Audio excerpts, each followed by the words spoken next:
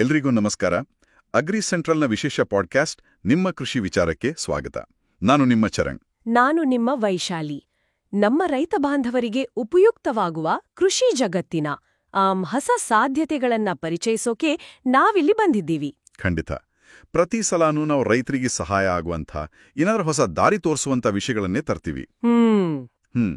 ಇವತ್ತು ನಾವು ಚರ್ಚಿಸೋಕೆ ಹೊರಟಿರೋ ವಿಷಯ ಕೂಡ ಅಷ್ಟೇ ವಿಶೇಷವಾದದ್ದು. ಒಂದು ಬೆಳೆ ಒಮ್ಮೆ ನೆಟ್ರೆ ಸಾಕು, ಸುಮಾರು 40 ವರ್ಷಗಳ ಕಾಲ ಆದಾಯ ತಂದುಕೊಡುತ್ತೆ ಅಂದ್ರೆ. ಹೌದು, ಕೇಳೋಕೆ ಆಶ್ಚರ್ಯ ಅನಿಸ್ತ್ರೂ ಇದು ನಿಜ. ನಾವಿವತ್ತು ಮಾತಾಡ್ತಿರೋದು ಬಿದಿರು ಕೃಷಿ ಬಗ್ಗೆ. ಬಿದಿರು ಕೃಷಿ? ಹೌದು. ಇದೊಂದು ಬಹುವಾರ್ಷಿಕ ಬೆಳೆ. ಅಂದ್ರೆ ಪ್ರತಿ ವರ್ಷ ಹೊಸದಾಗಿ ಕೃಷಿ ಮಾಡೋ ಅಗತ್ಯ ಇಲ್ಲ. ಕಡಿಮೆ ನಿರ್ವಹಣೆ, ದೀರ್ಘಕಾಲದ ಆದಾಯ ಮತ್ತೆ ಪರಿಸರಕ್ಕೂ ಒಳ್ಳೆಯದು. ಹೀಗೆ ಇದರ ಬಗ್ಗೆ ಇವತ್ತು ಸ್ವಲ್ಪ ಆಳವಾಗಿ ತಿಳಿಯೋಣ. 40 ವರ್ಷ ಆದಾಯ ಅನ್ನೋದು ಕೇಳೋಕೆನೇ ಒಂಥರ ಚೆನ್ನಾಗಿದೆ. ಆದ್ರೆ ಮೊದಲ ಪ್ರಶ್ನೆನೇ ಬರುತ್ತೆ, ಯಾಕೆ ಬಿದಿರು? ಅಂದ್ರೆ ಬೇರೆ ಬೆಳೆಗಳಿಗಿಂತ ಇದು ಹೇಗೆ ಸರಿ? ಇದರ ವಿಶೇಷತೆ ಏನು? ಇದನ್ನ ಯಾವುದೇ ಭೂಮಿಯಲ್ಲೂ ಬೆಳಿಬಹುದು ಅಂತಾರಲ್ಲ. ಕಲ್ಲು ನೆಲ, ಸ್ವಲ್ಪ ಬರಡು ಭೂಮಿ, ಅಲ್ಲೂ ಆಗುತ್ತಾ? ಖಂಡಿತ ಆಗತ್ತೆ. ಅದೇ ಇದರ ದೊಡ್ಡ ಪ್ಲಸ್ ಪಾಯಿಂಟ್ ನೋಡಿ. ಇದಕ್ಕೆ ಒಳ್ಳೆ ಫಲವತ್ತಾದ ಮಣ್ಣೇ ಬೇಕು ಅಂತೇನಿಲ್ಲ. ಹೌದಾ? ಸ್ವಲ್ಪ ಕಲ್ಲು ಮಿಶ್ರಿತ, ನೀರು ನಿಲ್ದೆ ಜಾಗ, ಸ್ವಲ್ಪ ಇಳಿಜಾರು ಪ್ರದೇಶಗಳು, ಅಂದ್ರೆ ಸಾಮಾನ್ಯವಾಗಿ ಬೇರೆ ಬೆಳೆಗಳಿಗೆ ಕಷ್ಟ ಅನ್ಸೋ ಜಾಗದಲ್ಲೂ ಇದು ಚೆನ್ನಾಗಿ ಬೆಳೆಯುತ್ತೆ. ಅಬ್ಬಾ, ಅಂದ್ರೆ ಎಷ್ಟೋ ಸಲ ನಮ್ಮ ಭೂಮಿ ಸರಿಯಿಲ್ಲ ಅಂದ್ಕೊಳ್ಳೋ ಜಾಗದಲ್ಲೂ ಇದನ್ನ ಬೆಳೆದು ಆದಾಯ ತೆಗಿಬಹುದು. ಹೌದು. ಅಷ್ಟೇ ಅಲ್ಲ, ಇದರ ನಿರ್ವಹಣೆ ಕೂಡ ಬಹಳ ಸುಲಭ. ಹೇಗೆ? ಅಂದ್ರೆ ಇದಕ್ಕೆ ದುಬಾರಿ ರಾಸಾಯನಿಕ ಗೊಬ್ಬರಗಳು ಅಥವಾ ಪದೇ ಪದೇ ಕೀಟನಾಶಕ ಹೊಡೆಯೋದು ಅದೆಲ್ಲ ದೊಡ್ಡ ಮಟ್ಟದಲ್ಲಿ ಬೇಕಿಲ್ಲ. ಸಹಜವಾಗಿಯೇ ಇದಕ್ಕೆ ರೋಗ ಕೀಟಗಳ ಕಾಟ ಕಡಿಮೆ. ಮುಖ್ಯವಾಗಿ ಸಸಿ ನೆಟ್ಟ ಮೇಲೆ ಅದು ಬೇರು ಬಿಟ್ಟು ಗಟ್ಟಿಯಾಗೋ ತನಕ, ಅಂದ್ರೆ ಮೊದಲೊಂದು 2-3 ವರ್ಷ, ಆ 3 ವರ್ಷ ಸ್ವಲ್ಪ ಕಾಳಜಿ ಬೇಕು ಅಷ್ಟೇ. ಆ ಮೊದಲ 3 ವರ್ಷಗಳ ಕಾಳಜಿ ಅಂದ್ರೆ ನೀರು ಕೊಡೋದು, ಕಳೆ ತೆಗೆಯೋದು ಅಷ್ಟೇನಾ? ಹೆಚ್ಚಾಗಿ ಅದೇ. ಸಸಿಗಳು ಚಿಕ್ಕದಿರುವಾಗ ನೀರು ಬೇಕು, ಸುತ್ತ ಕಳೆ ಇಲ್ಲದ ಹಾಗೆ ನೋಡ್ಕೊಳ್ಳೋದು, ಬೇಕಿದ್ರೆ ಸ್ವಲ್ಪ ಸಾವಯವ ಗೊಬ್ಬರ. ಸರಿ. ಇಷ್ಟು ಮಾಡಿದ್ರೆ ಸಾಕು. ಒಮ್ಮೆ ಅವು ಗಟ್ಟಿಯಾಗಿ ನಿಂತ್ಮೇಲೆ, ಅಂದ್ರೆ 3-4 ವರ್ಷ ಆದಮೇಲೆ, ಆಮೇಲೆ ಅಂತ ವಿಶೇಷ ಆರೈಕೆ ಬೇಕಿಲ್ಲ. ಅವು ಪಾಡಿಗವು ಬೆಳಿತಾವ? ಹೌದು, ಅವು ಪಾಡಿಗವು ಬೆಳೀತಾ ಹೋಗ್ತವೆ. ಪ್ರತಿ ವರ್ಷ ಕಟಾವು ಮಾಡಬಹುದು. ಸುಮಾರು 40 ವರ್ಷ ಅಥವಾ ಅದಕ್ಕಿಂತ ಹೆಚ್ಚಿಗೆ ಕೂಡ ಆದಾಯ ಕೊಡುತ್ತೆ ಇದು. ವಾವ್! ಪ್ರತಿ ವರ್ಷ ಉಳುಮೆ, ನಾಟಿ, ಬೀಜ, ಈ ತಲೆನೋವಿಲ್ದೆ ಇಷ್ಟು ದೀರ್ಘಕಾಲ ಆದಾಯ ಅಂದ್ರೆ ಆಕರ್ಷಕವಾಗಿದೆ. ಆದ್ರೆ ಬೆಳೆದಿದ್ದಕ್ಕೆ ಮಾರ್ಕೆಟ್ ಇರ್ಬೇಕಲ್ಲ. ಈಗ ಬಿದಿರಿಗೆ ಬೇಡಿಕೆ ಹೇಗಿದೆ? ಅದು ಬಹಳ ಮುಖ್ಯವಾದ ಪ್ರಶ್ನೆ. ಸದ್ಯಕ್ಕೆ ನೋಡಿ, ಬಿದಿರಿಗೆ ಜಾಗತಿಕವಾಗಿ ನಮ್ಮ ದೇಶದಲ್ಲೂ ಅಷ್ಟೇ ಬೇಡಿಕೆ ತುಂಬಾ ಹೆಚ್ಚಾಗ್ತಿದೆ. ಯಾಕೆ? ಮುಖ್ಯ ಕಾರಣ ಅಂದ್ರೆ ಪರಿಸರ ಸ್ನೇಹಿ ವಸ್ತುಗಳ ಬಗ್ಗೆ ಜನರಲ್ಲಿ ಅರಿವು ಹೆಚ್ಚಾಗಿದೆ. ಪ್ಲಾಸ್ಟಿಕ್ ಇಂದ ಆಗೋ ಹಾನಿ ಗೊತ್ತಲ್ವಾ? ಹೌದು. ಅದಕ್ಕೆ ಪರ್ಯಾಯವಾಗಿ ಏನಾದ್ರೂ ಬೇಕು ಅಂತ ಹುಡುಕ್ತಾ ಇದ್ದಾರೆ. ಆ ಜಾಗದಲ್ಲಿ ಬಿದಿರು ಒಂದು ಒಳ್ಳೆ ನೈಸರ್ಗಿಕ ಆಯ್ಕೆ. ನಿಜ. ನಾನು ಗಮನಿಸಿದ್ದೇನೆ. ಮೊದ್ಲೆಲ್ಲ ಬಿದಿರು ಅಂದ್ರೆ ಬುಟ್ಟಿ, ಏಣಿ ಆ ಥರ ಅಷ್ಟೇ ಇತ್ತು. ಈಗ ಹಾಗಿಲ್ಲ. ಟೂತ್ ಬ್ರಷ್ನಿಂದ ಹಿಡಿದು ಹೌದು, ಕುಡಿಯೋ ಸ್ಟ್ರಾ, ಚಮಚ, ಕಟಿಂಗ್ ಬೋರ್ಡ್, ಪೀಠೋಪಕರಣಗಳು, ಮನೆ ಅಲಂಕಾರದ ವಸ್ತುಗಳು ಎಷ್ಟೊಂದರಲ್ಲಿ ಬಿದಿರು ಬಳಸ್ತಿದ್ದಾರೆ. ನೀವು ಹೇಳಿದ್ದು ಕರೆಕ್ಟ್. ಗೃಹೋಪಯೋಗಿ ವಸ್ತುಗಳ ಮಾರುಕಟ್ಟೆಯಲ್ಲಿ ಇದರ ಪಾಲು ಜಾಸ್ತಿ ಆಗ್ತಿದೆ. ಇದರ ಜೊತೆಗೆ ಕಟ್ಟಡ ನಿರ್ಮಾಣದಲ್ಲೂ ಬಿದಿರು ಬಳಸೋಕೆ ಸಂಶೋಧನೆ ನಡೀತಿದೆ. ಕಟ್ಟಡಗಳಿಗೂನಾ? ಹೌದು. ಕೆಲವು ಕಡೆ ಸ್ಟೀಲ್ಗೆ ಬದಲಾಗಿ ಬಳಸಬಹುದಾ ಅಂತನೂ ನೋಡ್ತಾ ಇದ್ದಾರೆ. ಮತ್ತೆ ಪೇಪರ್ ಇಂಡಸ್ಟ್ರಿಗೂ ಇದು ಮುಖ್ಯವಾದ ಕಚ್ಚಾ ವಸ್ತು. ಸರ್ಕಾರದಿಂದ ಏನಾದರೂ ಪ್ರೋತ್ಸಾಹ ಇದೆಯಾ ಇದಕ್ಕೆ? ಖಂಡಿತ ಇದೆ. ಭಾರತ ಸರ್ಕಾರ ರಾಷ್ಟ್ರೀಯ ಬಿದಿರು ಮಿಷನ್ ಅಂತ ಮಾಡಿ ಅದರ ಅಡಿಯಲ್ಲಿ ಹಲವು ಯೋಜನೆಗಳನ್ನ ತಂದಿದೆ. ರಾಜ್ಯ ಸರ್ಕಾರಗಳು ಸಹಾಯ ಮಾಡ್ತಿವೆ. ಸರಿ. ಅಷ್ಟೇ ಅಲ್ಲ, ಕೆಲವು ಖಾಸಗಿ ಸಂಸ್ಥೆಗಳು, ಎನ್ಜಿಒಗಳು ಕೂಡ ರೈತರನ್ನ ಒಗ್ಗೂಡಿಸಿ ಟೆಕ್ನಿಕಲ್ ಸಪೋರ್ಟ್ ಕೊಟ್ಟು ಸಂಸ್ಕರಣಾ ಘಟಕಗಳನ್ನ ಸ್ಥಾಪಿಸೋಕೆ ಮುಂದೆ ಬರ್ತಿದ್ದಾರೆ. ಸಂಸ್ಕರಣಾ ಘಟಕಗಳು? ಹೌದು. ಇದರಿಂದ ರೈತರಿಗೆ ತಾವು ಬೆಳೆದಿದ್ದನ್ನ ಎಲ್ಲಿ ಮಾರೋದು ಅನ್ನೋ ಚಿಂತೆ ಕಡಿಮೆ ಆಗತ್ತೆ.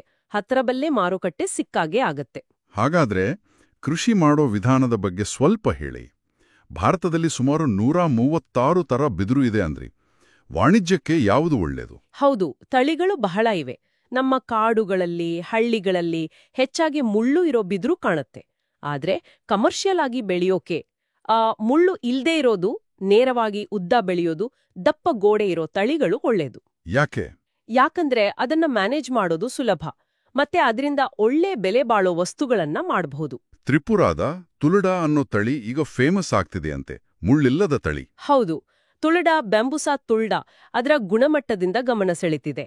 ರಾಷ್ಟ್ರೀಯ ಬಿದಿರು ಮಿಷನ್ ಬೇರೆ ಸಂಸ್ಥೆಗಳು ಇದನ್ನ ಬೇರೆ ರಾಜ್ಯಗಳಿಗೂ ಪರಿಚಯ ಮಾಡ್ತಾ ಇದ್ದಾರೆ. ಬೇರೆ ತಳಿಗಳಿಲ್ವಾ? ಇವು ಬೆಂಬುಸಾ ಬಾಲ್ಕುವಾ, ಡೆಂಡ್ರೊಕ್ಯಾಲಮಸ್ ಆಸ್ಪರ್ ಇವು ಕೂಡ ವಾಣಿಜ್ಯ ಕೃಷಿಗೆ ಸೂಕ್ತ. ಯಾವುದು ಬೇಕು ಅನ್ನೋದು ನಮ್ಮ ಹವಾಮಾನ, ಮಣ್ಣು ಮತ್ತೆ ಮುಖ್ಯವಾಗಿ ಎಲ್ಲಿ ಮಾರಾಟ ಮಾಡ್ತೀವಿ ಅನ್ನೋದ್ರ ಮೇಲೆ ನಿರ್ಧಾರ ಆಗತ್ತೆ. ನೆಡೋದು ಹೇಗೆ? 1 ಎಕರೆಗೆ ಎಷ್ಟು ಸಸಿ ಬೇಕು? ಸಾಮಾನ್ಯವಾಗಿ 15 ಅಡಿ x 15 ಅಡಿ ಅಂತರದಲ್ಲಿ ನೆಡಬಹುದು. 15 ಅಡಿ ಅಂತರ?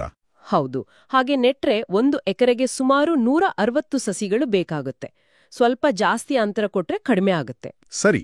ಒಳ್ಳೆ ಕ್ವಾಲಿಟಿಯ ಸಸಿ ಅಂದ್ರೆ ಟಿಶ್ಯೂ ಕಲ್ಚರ್ ಅಥವಾ ಕಡ್ಡಿಯಿಂದ ಬೆಳೆಸಿದ ಸಸಿಗಳನ್ನ ಬಳಸೋದು ಒಳ್ಳೇದು. ಆರಂಭದ ಖರ್ಚು ಮೊದಲ 3 ವರ್ಷ ನೋಡ್ಕೊಳ್ಳುತ್ತೆ ಎಕರೆಗೆ ಸುಮಾರು 40,000 ರೂಪಾಯಿ ಆಗ್ಬೋದು ಅಂತ ಒಂದು ಅಂದಾಜಿದೆ. ಇದರಲ್ಲಿ ಎಲ್ಲ ಸೇರುತ್ತಾ? ಸಸಿ, ನೆಡೋ ಖರ್ಚು, ನೀರು, ಗೊಬ್ಬರ ಎಲ್ಲ? ಸಾಮಾನ್ಯವಾಗಿ ಆ ಅಂದಾಜು ವೆಚ್ಚದಲ್ಲಿ ಎಲ್ಲ ಸೇರಿರುತ್ತೆ.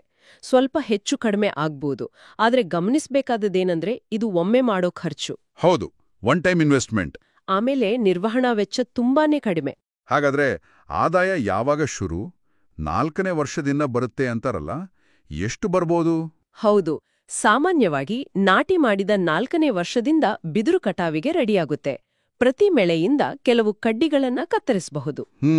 1 ಎಕರೆಯಲ್ಲಿ ಒಳ್ಳೆ ರೀತಿಯಲ್ಲಿ ಮ್ಯಾನೇಜ್ ಮಾಡಿದ್ಲೆ ಕೇವಲ ಕಚ್ಚಾ ಬಿದಿರಿನ ಕಡ್ಡಿಗಳನ್ನ ಮಾರಾಟ ಮಾಡೋದ್ರಿಂದಲೇ ವರ್ಷಕ್ಕೆ ಸುಮಾರು 1 ಲಕ್ಷದಿಂದ 1.20 ಲಕ್ಷ ರೂಪಾಯಿವರೆಗೆ ಆದಾಯ ತೆಗಿಬಹುದು ಅಂತ ನಮ್ಮಲ್ಲಿರೋ ಮಾಹಿತಿ ಮತ್ತು ಅನುಭವಿ ರೈತರು ಹೇಳ್ತಾರೆ. 1 ಲಕ್ಷದಿಂದ 1,20,000. ವಾವ್! ಇದು ವರ್ಷದಿಂದ ವರ್ಷಕ್ಕೆ ಸ್ವಲ್ಪ ಜಾಸ್ತಿನೇ ಆಗುತ್ತೆ. ಯಾಕಂದ್ರೆ ಬೆಳೆ ದೊಡ್ಡದಾದ ಹಾಗೆ ಇಳುವರಿ ಹೆಚ್ಚುತ್ತೆ. ಇದು ಬರೀ ಕಡ್ಡಿ ಮಾರೋದ್ರಿಂದ ವ್ಯಾಲ್ಯೂ ಅಡಿಷನ್ ಮಾಡಿದ್ರೆ ಇನ್ನೂ ಹೆಚ್ಚಾಗುತ್ತಲ್ವಾ? ಅದ್ರ ಬಗ್ಗೆ ಆಮೇಲೆ ಮಾತಾಡೋಣ. ಖಂಡಿತ. ಸದ್ಯಕ್ಕೆ ಈ ಕೃಷಿ ಮಾಡೋಕೆ ರೈತರಿಗೆ ಯಾರಾದ್ರೂ ಸಹಾಯ ಮಾಡ್ತಾರಾ? Technical support, subsidy, market link ಈ ತರಹ ಏನಾದ್ರೂ ವ್ಯವಸ್ಥೆ ಇದೆಯಾ? ಖಂಡಿತ ಇದೆ. ಮೊದಲೇ ಹೇಳಿದ ಹಾಗೆ ನ್ಯಾಷನಲ್ ಬ್ಯಾಂಬೂ ಮಿಷನ್ ಇಂದ ಸಬ್ಸಿಡಿ, ಟ್ರೈನಿಂಗ್ ಎಲ್ಲ ಸಿಗುತ್ತೆ. ಸರಿ. ಇದಲ್ದೆ ಕೆಲವು ಖಾಸಗಿ ಸಂಸ್ಥೆಗಳು, ಎನ್ಜಿಒಗಳು ಆಕ್ಟಿವ್ ಆಗಿ ಕೆಲಸ ಮಾಡ್ತಾ ಇವೆ. ಉದಾಹರಣೆಗೆ ಬೆಂಗಳೂರು ಮೂಲದ ಇಂಡಸ್ಟ್ರಿ ಫೌಂಡೇಶನ್ ಅಂತ ಒಂದು ಸಂಸ್ಥೆ. Industry foundation? ಹೌದು. ಅವರು ಕರ್ನಾಟಕ, ಆಂಧ್ರ, ತೆಲಂಗಾಣ, ಒಡಿಶಾ, ತಮಿಳುನಾಡು, ಮಹಾರಾಷ್ಟ್ರ, ಗುಜರಾತ್ ಹೀಗೆ ಸುಮಾರು 7 ರಾಜ್ಯಗಳಲ್ಲಿ ರೈತರ ಜೊತೆ ಕೆಲಸ ಮಾಡ್ತಿದ್ದಾರೆ. ಹಾಗಾದ್ರೆ ನಮ್ಮ ಕರ್ನಾಟಕದಲ್ಲೂ ರೈತರು ಇವ್ರ ಜೊತೆ ಸೇರಿ ಬಿದಿರು ಕೃಷಿ ಮಾಡ್ತಿದ್ದಾರಾ? ಹೌದು. ಮಾಹಿತಿ ಪ್ರಕಾರ ಕರ್ನಾಟಕ ಮತ್ತು ಮಹಾರಾಷ್ಟ್ರದಲ್ಲಿ ಸುಮಾರು 2 ವರ್ಷದ ಹಿಂದೆನೇ ಇವರ ಸಹಯೋಗದಲ್ಲಿ ರೈತರು ಬಿದಿರು ಕೃಷಿ ಶುರು ಮಾಡಿದ್ದಾರೆ. ಅವರು ಬರೀ ಸಸಿ ಕೊಡ್ತಾರಾ ಅಥವಾ ಬೇರೆ ಸಹಾಯನೂ ಮಾಡ್ತಾರಾ? ಇಲ್ಲ, ಬರೀ ಸಸಿ ಅಲ್ಲ, ಟೆಕ್ನಿಕಲ್ ಗೈಡೆನ್ಸ್ ಕೊಡ್ತಾರೆ. ಆಮೇಲೆ ಮಾರ್ಕೆಟ್ ಲಿಂಕ್ ಮಾಡಿಸೋ ಕೆಲ್ಸನೂ ಮಾಡ್ತಿದ್ದಾರೆ. ಓ, ಒಳ್ಳೇದು. ಇವರು ಬೆಂಗಳೂರಲ್ಲಿ ಪ್ರಾಸೆಸಿಂಗ್ ಯೂನಿಟ್ ಕೂಡ ನಡೆಸ್ತಿದ್ದಾರೆ ಅಂತ ಕೇಳಿದೆ. ಅಲ್ಲೇನ್ ಮಾಡ್ತಾರೆ? ಹೌದು, ಅವರಿಗೆ ಬೆಂಗಳೂರಲ್ಲಿ ಬಿದಿರು ಸಂಸ್ಕರಣಾ ಘಟಕ ಇದೆ. ಅಲ್ಲಿ ಬಿದಿರುವಿಂದ ಮಾಡರ್ನ್ ಡಿಸೈನ್ ಬ್ಯಾಗ್ಗಳು, ಮನೆಯ ಸಾಮಾನುಗಳು, ಕಾರ್ಪೊರೇಟ್ ಗಿಫ್ಟ್ಸ್ಗಳು, ಡೆಕೋರೇಟಿವ್ ಐಟಮ್ಸ್ ಹೀಗೆ ಹಲವು ಮೌಲ್ಯವರ್ಧಿತ ವಸ್ತುಗಳನ್ನ ತಯಾರು ಮಾಡ್ತಿದ್ದಾರೆ. ಇದರ ಜೊತೆಗೆ ಅವರು ಪ್ರತಿ ಜಿಲ್ಲೆಗೂ ಒಂದು ಪ್ರೈಮರಿ ಪ್ರೊಸೆಸಿಂಗ್ ಸೆಂಟರ್ ಸ್ಥಾಪಿಸೋ ದೊಡ್ಡ ಪ್ಲಾನ್ ಇಟ್ಕೊಂಡಿದ್ದಾರೆ. ಪ್ರತಿ ಜಿಲ್ಲೆಗೂ ಒಂದ? ಹೌದು. ಅದು ನಿಜ ಆದ್ರೆ ರೈತರಿಗೆ ತಮ್ಮ ಹತ್ತಿರದಲ್ಲೇ ಬಿದಿರು ಸಂಸ್ಕರಿಸಿ ಮಾರೋಕೆ ತುಂಬಾ ಅನುಕೂಲ ಆಗತ್ತೆ. ಆಂಧ್ರಪ್ರದೇಶದಲ್ಲಿ ನೋಡಿ, ಇದೇ ಇಂಡಸ್ಟ್ರಿ ಫೌಂಡೇಶನ್ ಅಲ್ಲಿನ ಸರ್ಕಾರದ ಸರ್ಪ್ ಅಂತ ಒಂದು ಸಂಸ್ಥೆ ಜೊತೆ ಸೇರಿ ಒಂದು ದೊಡ್ಡ ಪ್ರಾಜೆಕ್ಟ್ ಮಾಡ್ತಿದೆ. ಏನ್ ಪ್ರಾಜೆಕ್ಟ್ ಅದು? ಅಲ್ಲಿನ ಸ್ವಸಹಾಯ ಸಂಘಗಳ ಸುಮಾರು 10,000 ಮಹಿಳಾ ಸದಸ್ಯರಿಗೆ ಬಿದಿರು ಕೃಷಿ ಮಾಡೋಕೆ ಪ್ರೋತ್ಸಾಹ ಕೊಡ್ತಾ ಇದ್ದಾರೆ. 10,000? ಇದು ದೊಡ್ಡ ಸ್ಕೇಲ್. ಏನೆಲ್ಲ ಸಹಾಯ ಸಿಗುತ್ತೆ ಅವರಿಗೆ? ಈ ಪ್ರಾಜೆಕ್ಟ್ ಅಲ್ಲಿ ಕನಿಷ್ಠ 37 ಸೆಂಟ್ಸ್ ಜಾಗ ಇರೋ ಮಹಿಳಾ ಸದಸ್ಯರಿಗೆ ಫ್ರೀಯಾಗಿ ಬಿದಿರು ಸಸಿ ಕೊಡ್ತಾರೆ. ಫ್ರೀ ಸಸಿಗಳ? ಹೌದು. ಅಷ್ಟೇ ಅಲ್ಲ, ಮೊದಲ 3 ವರ್ಷದ ಸಾಗುವಳಿ ಖರ್ಚು ಅಂದ್ರೆ ನೆಡೋದು, ನೀರು, ಗೊಬ್ಬರ ಅದಕ್ಕೆ ಆಗೋ ಖರ್ಚನ್ನು ಈ ಯೋಜನೆಯಲ್ಲೇ ಕೊಡ್ತಾರೆ. ಬಹುಶಃ ನರೇಗಾ ಜೊತೆ ಲಿಂಕ್ ಮಾಡ್ಕೊಳ್ತಾರನ್ಸುತ್ತೆ ಕೂಲಿ ಖರ್ಚಿಗೆ. ಸರಿ. ಎಲ್ಲಕ್ಕಿಂತ ಮುಖ್ಯವಾಗಿ ಬೆಳೆದ ಮೇಲೆ ಯಾರು ತಗೊಳ್ತಾರೆ? ಅದನ್ನು ಈ ಯೋಜನೆಯಲ್ಲೇ ಗ್ಯಾರಂಟಿ ಮಾಡಿದ್ದಾರೆ. 4ನೇ ವರ್ಷದಿಂದ ರೈತರು ಬೆಳೆದ ಬಿದಿರನ್ನ ಜಿಲ್ಲಾ ಮಟ್ಟದಲ್ಲಿರೋ ಮಹಿಳಾ ಒಕ್ಕೂಟಗಳ ಪ್ರೈಮರಿ ಪ್ರಾಸೆಸಿಂಗ್ ಯೂನಿಟ್ ಮೂಲಕ ಇಂಡಸ್ಟ್ರಿ ಫೌಂಡೇಶನ್ ಅಥವಾ ಅವರ ಜೊತೆಗಿರೋ ಸಂಸ್ಥೆಗಳು ಖರೀದಿ ಮಾಡ್ತವೆ. ಅಂದ್ರೆ ಸಸಿ ಕೊಡೋದ್ರಿಂದ ಹಿಡಿದು ಬೆಳೆ ನಿರ್ವಹಣೆಗೆ ಸಹಾಯ ಮಾಡಿ ಕೊನೆಗೆ ಮಾರ್ಕೆಟ್ ಕೂಡ ಅವರೇ ಕೊಡ್ತಾರಾ? ಹೌದು, ಸಂಪೂರ್ಣ ಬೆಂಬಲದ ವ್ಯವಸ್ಥೆ ಇದು. ಇದು ನಿಜಕ್ಕೂ ಒಂದು ಮಾದರಿ ಯೋಜನೆ. ವಾವ್, ಇದು ಕೇಳೋಕೆ ತುಂಬಾ ಖುಷಿಯಾಗ್ತಿದೆ. ಇಂಥ ಯೋಜನೆಗಳು ಎಲ್ಲಾ ಕಡೆ ಬಂದ್ರೆ ಬಿದಿರು ಕೃಷಿಗೆ ದೊಡ್ಡ ಬೂಸ್ಟ್ ಸಿಗುತ್ತೆ. ಖಂಡಿತ. ಸರಿ, ಈಗ ಇನ್ನೊಂದು ಮುಖ್ಯ ವಿಷಯ. ಮೊದಲೆಲ್ಲ ಬಿದಿರು ಕಡಿಯೋಕೆ ಸಾಗಿಸೋಕೆ ಫಾರೆಸ್ಟ್ ಡಿಪಾರ್ಟ್ಮೆಂಟ್ ಪರ್ಮಿಷನ್ ಬೇಕಿತ್ತು. ಅದು ಬಹಳ ತಲೆನೋವು ಅಂತಿದ್ರು ರೈತರು. ಈಗ ಹೇಗಾಗಿದೆ? ಹೌದು, ಅದು ಬಹಳ ಮುಖ್ಯವಾದ ಬದಲಾವಣೆ. ಈಗ ಆ ತಲೆನೋವಿಲ್ಲ. ಹೌದಾ? ಕೆಲವು ವರ್ಷಗಳ ಹಿಂದೆ ಕೇಂದ್ರ ಸರ್ಕಾರ ಇಂಡಿಯನ್ ಫಾರೆಸ್ಟ್ ಆಕ್ಟ್ಗೆ ತಿದ್ದುಪಡಿ ತಂದು ಬಿದಿರನ್ನ ಮರಗಳ ಪಟ್ಟಿಯಿಂದ ತೆಗೆದುಹಾಕಿದೆ. ಓ, ಮರ ಅಲ್ವಾ ಈಗ? ಇಲ್ಲ, ಈಗ ಅದನ್ನ ಹುಲ್ಲು ಜಾತಿಗೆ ಸೇರಿಸಿದ್ದಾರೆ. ಅಂದ್ರೆ ನಾನ್ ಟಿಂಬರ್ ಫಾರೆಸ್ಟ್ ಪ್ರೊಡ್ಯೂಸ್, ಅಥವಾ ಖಾಸಗಿ ಜಮೀನಲ್ಲಿದ್ರೆ ಕೃಷಿ ಉತ್ಪನ್ನ. ಹಾಗಾದ್ರೆ ಏನಾಯ್ತು ಅದರಿಂದ? ನೇರ ಪರಿಣಾಮ ಅಂದ್ರೆ ರೈತರು ತಮ್ಮ ಸ್ವಂತ ಜಮೀನಿನಲ್ಲಿ ಬೆಳೆದ ಬಿದರನ್ನ ಕಟಾವ್ ಮಾಡೋಕೆ, ಟ್ರಾನ್ಸ್ಪೋರ್ಟ್ ಮಾಡೋಕೆ ಅಥವಾ ಮಾರಾಟ ಮಾಡೋಕೆ ಫಾರೆಸ್ಟ್ ಡಿಪಾರ್ಟ್ಮೆಂಟಿಂದ ಯಾವುದೇ ಪರ್ಮಿಷನ್ ಬೇಕಾಗಿಲ್ಲ. ಟ್ರಾನ್ಸಿಟ್ ಪರ್ಮಿಟ್ ಗಲಾಟೆ ಇಲ್ವಾ? ಇಲ್ವೇ ಇಲ್ಲ. ಇದು ಮೊದಲಿದ್ದ ದೊಡ್ಡ ಅಡಚಣೆಯನ್ನ ತೆಗೆದುಹಾಕಿದೆ. ಈಗ ರೈತರು ಬೇರೆ ಕೃಷಿ ಬೆಳೆಗಳ ತರಹಾನೇ ಇದನ್ನ ಬೆಳೆದು ಯಾವುದೇ ತೊಂದರೆ ಇಲ್ಲದೆ ಮಾರಬಹುದು. ಇದು ನಿಜಕ್ಕೂ ದೊಡ್ಡ ರಿಲೀಫ್ ರೈತರಿಗೆ. ಕಾನೂನು ಸರಳ ಆದ್ರೆ ಧೈರ್ಯವಾಗಿ ಮಾಡಬಹುದು. ಹೌದು, ಇದು ಕೇಂದ್ರ ಸರ್ಕಾರದ ಒಂದು ಒಳ್ಳೆ ನಿರ್ಧಾರ. ಸರಿ, ಈಗ ಮತ್ತೆ ಆದಾಯದ ವಿಷಯಕ್ಕೆ ಬರೋಣ. ಕಚ್ಚಾ ಬಿದಿರು ಮಾರಿದ್ರೆ ಎಕರೆಗೆ ಸುಮಾರು 1.2 ಲಕ್ಷ ಬರ್ಬೋದು ಅಂದ್ರಿ. ಆದ್ರೆ ಇದರಲ್ಲಿ ಇನ್ನೂ ಜಾಸ್ತಿ ಗಳಿಸೋಕಾಗಲ್ವಾ? ವ್ಯಾಲ್ಯೂ ಅಡಿಷನ್ ಚಾನ್ಸಸ್ ಹೇಗಿದೆ? ಖಂಡಿತ ಇದೆ. ಖಂಡಿತವಾಗಿಯೂ ಹೆಚ್ಚಿನ ಆದಾಯಕ್ಕೆ ತುಂಬಾ ಅವಕಾಶಗಳಿವೆ. ಮೊದಲನೇದಾಗಿ, ಬಿದಿರು ಸಾಲುಗಳ ಮಧ್ಯ ಜಾಗ ಇರುತ್ತಲ್ಲ, ವಿಶೇಷವಾಗಿ ಮೊದಲ 3-4 ವರ್ಷ ಗಿಡ ಚಿಕ್ಕದಿರುವಾಗ ಆ ಜಾಗದಲ್ಲಿ ಅಂತರ್ಬೆಳೆ ಬೆಳೆಯಬಹುದು. ಓ, ಅಂತರ್ಬೆಳೆ ಏನ್ ಬೆಳಿಬೋದು? ಅದು ನಿಮ್ಮ ಭೂಮಿ ನೀರಿನ ಅನುಕೂಲದ ಮೇಲೆ ದ್ವಿದಳ ಧಾನ್ಯಗಳು ಅಂದ್ರೆ ತೊಗರಿ, ಅಲಸಂದೆ, ಉದ್ದು, ಹೆಸರು, ಇವು ಮಣ್ಣಿಗೂ ಒಳ್ಳೆಯದು. ಹೌದು. ಅಥವಾ ಶುಂಠಿ, ಅರಿಶಿಣ, ಕೆಲವು ಔಷಧಿ ಗಿಡಗಳು ಅಥವಾ ಬಳ್ಳಿ ತರಕಾರಿಗಳು, ಇವುಗಳನ್ನ ಬೆಳೆದ್ರೆ ಆ ಜಾಗ ವೇಸ್ಟ್ ಆಗಲ್ಲ.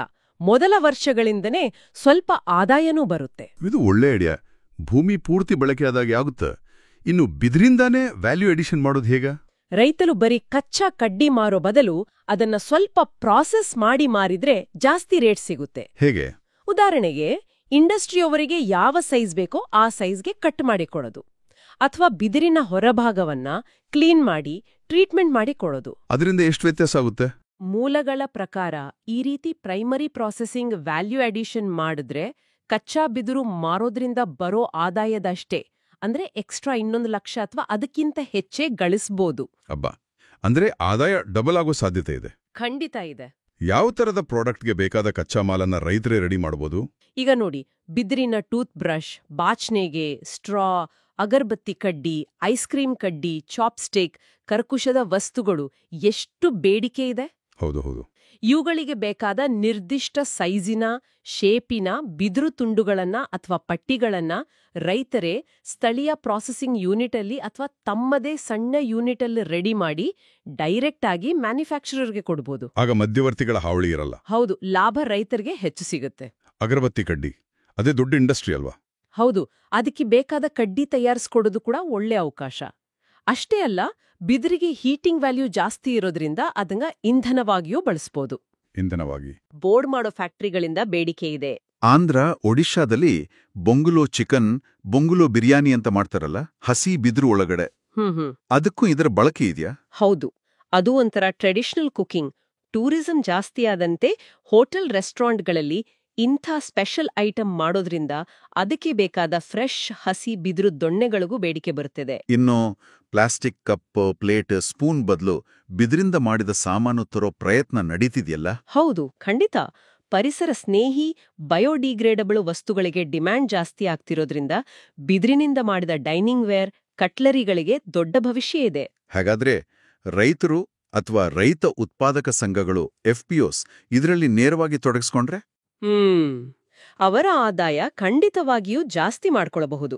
ಬಿದಿರು ಕೇವಲ ಕೃಷಿ ಬೆಳೆಯಾಗಿ ಉಳಿಯದೆ ಒಂದು ಗ್ರಾಮೀಣ ಉದ್ಯಮವಾಗಿ ಬೆಳೆಯೋ ಎಲ್ಲಾ ಸಾಧ್ಯತೆಯೂ ಇದೆ. ಒಟ್ಟಾರೆಯಾಗಿ ನೋಡಿದ್ರೆ ಬಿದಿರು ಕೃಷಿ ಅನ್ನೋದು ಬರೀ ಒಂದು ಬೆಳೆಯಲ್ಲ.